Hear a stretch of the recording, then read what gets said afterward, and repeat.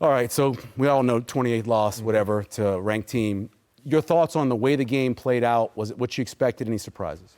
I thought Nebraska. I felt, I thought they would compete, and I thought they would win the football game. Our predictions. I predicted Nebraska win the football game. Although looking at the season before I saw Nebraska's team, before I saw Michigan's team, I thought Nebraska would lose this game. But I liked where Nebraska was the first three. I knew Michigan was a very respectable football team, but I vastly underestimated their ability to run the football and their physicalness of their front four on defense, and some of the running backs' ability to do some things. And we saw that, and it was obviously very evident on Saturday afternoon. I liked the way Nebraska battled. I liked the way they hung in there. I am very surprised with O-line play and just how we handled the run. That caught me a little off guard. But even with the big runs that we gave up, the sacks, the pressures on offense, and the inability to run the football at times, I liked the way Nebraska fought. I liked the way they battled. There's something to take from that. I'm not a big moral victory guy, but I think I'm certain Nebraska will be better because of the outcome on Saturday afternoon. I know Coach Rule and his staff is going to get these things right. They're going to get it fixed. Nothing like a bye week to get them fixed. But I feel very, very confident Nebraska will be a better team because of the loss against Michigan. Yeah, I think for me, the closer the game got, I said it on Thursday, I said it on Friday, Michigan was probably better than people think. Yeah. And it's a really good football team. And I'm certainly not going to concede the moral victory. But I think what Nebraska figured out is the floor is definitely raised. Like Coach Rule, there's zero question he's raised the floor. The question is what's their ceiling? And so that's why you coach. That's what the rest of the season is for. That's why fandom is different than coaching. And so when I look at it, and I look at how that game was broken down, I didn't like a lot of the narratives that kind of came out. Nebraska got pushed around. They got dominated. That's not even logging onto the Homer Network. I look at, while Michigan was in control for about 70% of that game, and their physicality on the back end was greater than Nebraska's at wideout. Nebraska was winning on first down. They were winning on second down. Yards gained per play were advantaged Nebraska. So they weren't getting pushed around. They hit a stretch where you obviously give up the couple of big plays, but Nebraska's inability to get off the field on third down and I think make plays. And if you want to know where the game was won and lost, and I know Coach Rule said he had 45 clips, which I liked, right? You know this, right? 20 on defense, 20 on offense. That's a lot for a game you think boiled down to 4 or 5 plays, but it never boils down to 4 or 5 plays. What I thought the most glaring statistic was Nebraska had 76 offensive snaps. Michigan can't have 40 solo tackles. 40 solo tackles out of 76 plays when Nebraska spreads you out the way that they do. Nebraska got to do a better job of winning one-on-ones, because what that tells me is, as a DC, your job is to get a free defender. Yep. As an OC, you want your ball carrier on a free defender. Michigan was getting Nebraska's guys to the ground in one-on-ones. Nebraska wasn't. Conversely, Nebraska only saw 54 plays from Michigan, just 26 solo tackles. You'd think those numbers would be flipped considering how the two offenses play, which let me know that Michigan on the back end, they were winning the one-on-ones. Yeah, watching it live, then watching it back, all the pressures that were on Dylan, you have to say that he handled that pretty well. Half of his dropbacks, he was under pressure. Obviously 7 sacks, but when you look at the end of it, the way he came out, again, like you said earlier, I think it's going to make it better for him. Yeah, well, the one and 3-man sometimes. The one that got home on that 3-man, which is that just can't happen. No, I think he handled it well, right? I mean, there's probably times where he held on to the ball maybe a fraction too long. He probably could have stepped up in the pocket a little too quicker. But he's trying to execute the play, and his eyes are downfield, and he's trying to find an open receiver. But, I mean, that clock was going fast, man. And 1,000, 1,000, boom. Those guys are right by his feet. You've seen it right here. He did a good job of being mobile and moving around. But that front seven Michigan has, man, they flat got after it. And this is a good eye-opening experience for Nebraska's O-line and their offensive tackles, and you got to address this, and you got to find ways to fix it, help them out. They did chip. They helped running back stayed in, tight end stayed in, help to chip those tackles and do some things, but you can't allow 3-man pressures to get home and get a sack. That's inexcusable. You can't have it happen. But I tell you what, for as much people are saying Dylan has an issue, there's zero issue to me. Like, he played his tail off. Yeah. I mean, Nebraska single-handedly had a chance to win this football game because of his performance and his ability to elude pressures and get the balls into footballs into the best players' hands. What about the low red zone? I'm a big finishing drive rate. What about converting in the low red zone? What they need to do different? That's the key, right? If I told you that Nebraska was going to score 3 out of 4 times in the red zone, Michigan was going to score, they were 1 for 1. Mm-hmm. If Nebraska was going to have 8 minutes more time of possession, 22 more plays, those are all real stats, right? Yeah. They're not made up. They're not advanced analytics. You would think Nebraska would put them, turnovers were even. Nebraska's inability to run the ball in condensed spaces and kind of the abandonment of the run game, coupled with your inability to get off the field on 3rd down and convert 3rd downs, you can talk physicality and talent all you want. At the end of the day, execution needs to be better. When the field is condensed and you're inside the 5, and you're bad, right? You haven't been good in short yardage. A lot of it, there's a multitude of reasons. Sometimes it's getting a body on a body. Sometimes it's play sequence.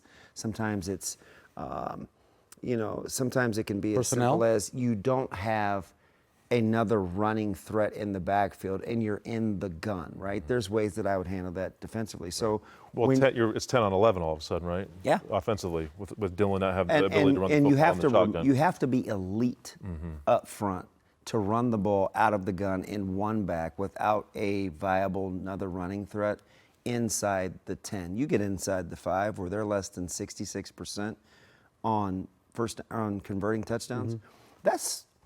It's fixable, but I think what you have to do is you have to look at how you want to run the football when you get that close to the goal So line. twice on that drive, when they didn't score, they had 3rd and 1.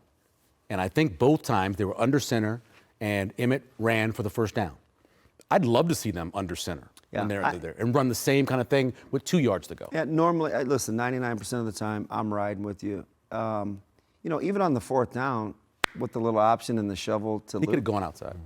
you get that ball to Emmett, that's a 1st down. Yeah, he beats- that's one. he beats him. That's one I think. Yeah, it's one-on-one. Dylan would take back, and we're probably not having this conversation. It's either 7-0, 6-0. It's something to nothing, and we're not hand wringing and having consternation over whether they should have taken the 3. That's one of those. It didn't even bug me real time. You have a coach and a staff that is playing to win. Yep. I'm not gonna second guess. I didn't love the analytics answer, but I do like the fact that he's riding with being aggressive, because analytics, when you look at analytics numbers, it doesn't factor in feel, it doesn't factor in emotion, it doesn't factor in momentum. It also doesn't factor in strengths. If I'm Nebraska and it's 4th and 1 or 3rd and 2, this season I have not been good in those situations. So that's why I don't love just sheer analytics. But I do think the execution was off, and I didn't mind the play call at all. It boiled down to inches, and if you give that to Emmett, just flip it out to him, One-on-one. we're not having this conversation. Or I think also if it's somebody besides Lindenmeyer. I love Lindenmeyer, but the outside was open because it was sealed. He turned it up because he's a big physical guy. Yeah. If it's a speed guy, like a Barney, or I think they get outside and they score. What about, so I know, Damon, we've talked about this 100 times. You got to have bruhs. Guys got to make plays. Yeah. You had Sierra Wright had a chance to make a tackle on 3rd down. The screen. Sean McCullough had a chance. Just Sean McCullough on the screen, and then on the bunch set when they threw it outside, Sierra Wright goes over the top, tries to get it, falls off. You just got to make those tackles. You do. Michigan was making those plays. Yes. Those safeties. Yep. Yeah. You got to, and you got to give credit to Michigan to handle their business and breaking those tackles. They have phenomenal talent too. But yeah, you got to make those plays.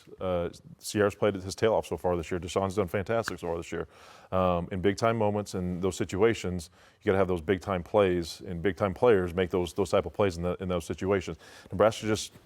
DB's already alluded to it. I mean, Nebraska did not make those one-on-one situations. There are plenty of them in every football game. You've got to win those one-on-one battles. Nebraska didn't win enough of them defensively, offensively. It just on crucial times, you have to find a way to get off the field. And Nebraska didn't do it good enough. And trust me, they're going to be working on that stuff this week, working on tackling and getting themselves in a better position to make those one-on-one plays, because it's going to happen for the next 8 games. You're going to be put in these situations again. You got to win them. Otherwise, it's going to be you're going to have similar situations. And nothing against John Butler, but I think sometimes in that game they got a little out-checked.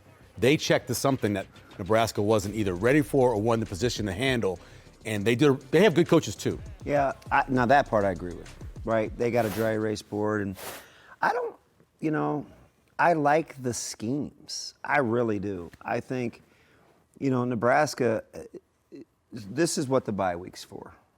You decide, how do you like your calls situationally? That's the coaching thing. Do we like the guys that we're asking to execute said situations? That's a coaching thing. Then you look at who's capable of doing what we're asking them to do. Yeah. That's what you use the bye week for. It's trifold, and it all matters. I asked Jay off air because I think it's critical. You go back and you watch the numbers, and I'm thinking, we just saw a couple of the runs, and I know we're going to get through the highlights. I mean, are we boxing or are we spilling? And if we're boxing, and I have a box safety, and I'm fitting as a linebacker, I got to take a puller on. I have to close the distance. Right. I have to not give a back a two-way go. We saw that happen twice. Yep. It yielded touchdowns. What Nebraska staff has got to say to themselves is, hey, if we have different personnel, do we need to look at personnel? Should we not box that? Should we spill and maybe run to it and force it to go lateral? We're trying to keep it here. You can't be unselfish. Is it a teachable moment and we need new personnel, or do I need to call the game different? Sometimes you're gaming and you're running stunts, people will concede because I think it's low-hanging fruit. Well, because we're this or we're that, this is why he puts us on the move. I think that's how he wants to play. I think He said they were going to be a pressure defense. He said early on. I think it's a philosophy thing. So as you get your guys ready to do that, the execution and closing on stunts real time is a real thing. Sure. You need game situations.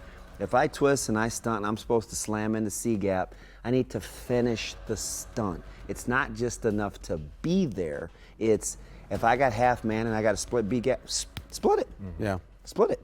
And I think, so I'm not near as, I don't get it.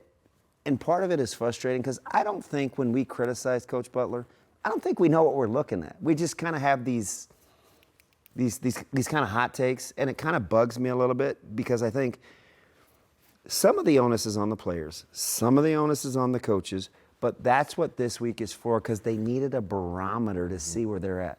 They saw a really good front seven, and they saw an offensive line that had been a little maligned from guard, center, They had guard. injuries. Yeah. But schematically and their backs, there's a reason they were feast or famine. They weren't good all the time. Sure. I mean, Michigan converted 4 third downs 3-on-1 drive. of 8 yards or more. Yeah. You're not controlling the line of scrimmage if you're in 3rd and long. Yeah. So, Nebraska, when they're in position to make plays, they got to make plays. And I think the coaches have to understand, okay, maybe we need to take a look at what's happening inside. Maybe this isn't a deal when we game. Do I like Javen Wright? Is he a box guy? Do I want to fit Shavers quicker? Like, those are all things that I think the bye week will help you with when you look at personnel and finishing plays. They had 2 runs of 10 yards or more in the first drive, and they didn't have another one the rest of the game. That looks at what about the rest of the running game? What else? Who else is there? What else do they need to do to make sure that running game can be a little more consistent? You talking about Nebraska's run game? Nebraska's run game, yeah. Yeah, it's just, again. Emmett had one, Right. Nelson yes, had one, it was, no more. Right, early, it was that First drive, yeah. First drive. I'll tell you what it was. Understanding situations, understanding who you're attacking, who you like to run behind, and utilizing that. Formation, setting up, do you like running to the boundary, do you like running into the field? How you want to do some of these things. Nebraska likes, kind of the putting Harburg in motion in the kick out. We saw a lot of that stuff this year, so early on. But you saw early success, and a lot of times, a lot of teams have success in those first 15 plays. Sure. You have that teams kind of adjust, right? And Michigan did a great job adjusting. I'd like to hear DB's take with running backs on the run game. Nebraska's got to be better up front. You see this. Michigan was playing on their side of the line of scrimmage, and physicality thing, schematic thing, technique thing. It's probably all three, right? But Nebraska's got to do a better job of trusting a guy in Emmett and maybe find another guy back behind him to run the football as well. Because he saw the orbit motion, some of those unique things with Mosey and Mekhi Nelson, like that look. But Yeah. you got to find ways to get Emmett Johnson good carries, find a backup, but find how you want to do it. You know, what you like, duo, do you like zone, do you like power, do you like counter, you toss, other different wrinkles to throw in there to help out your offensive linemen, to get your guys set up to prepare to run and attack each play. And again, bye weeks, you got your first challenge of the year, right? With a really good defense. Adjust and get better from it. Yeah. I think you got to be able to eat the meat and spit out the bones. I think for Nebraska, you have to play to your strengths. If you want to run the ball out of one back, you need to be downhill. You play a team like Michigan, who's athletic, and it's kind of hit it, split it. You know, they see it and they go get it. They gap you out. They're very sound. So playing pullers, like they're well coached. Yeah. And so if I'm Nebraska, I don't give you much time to think if I want to run the ball at you. So instead of offset, I probably go pistol as opposed to kicking out and leading like on duo. I might just lead out of the backfield. They need to find another way to get the ball to the perimeter without it having to be RPO. I love RPO. We saw how it worked late, fourth quarter. They get in a little rhythm, and it puts you in conflict. I coach it. It's tough, right? It's hard to defend. But that's taking the place of toss. It's taking the place of stretch. It's taking the place of outside zone. So you have to find other ways to get to your complementary offense, and you need a little eye candy to go with it.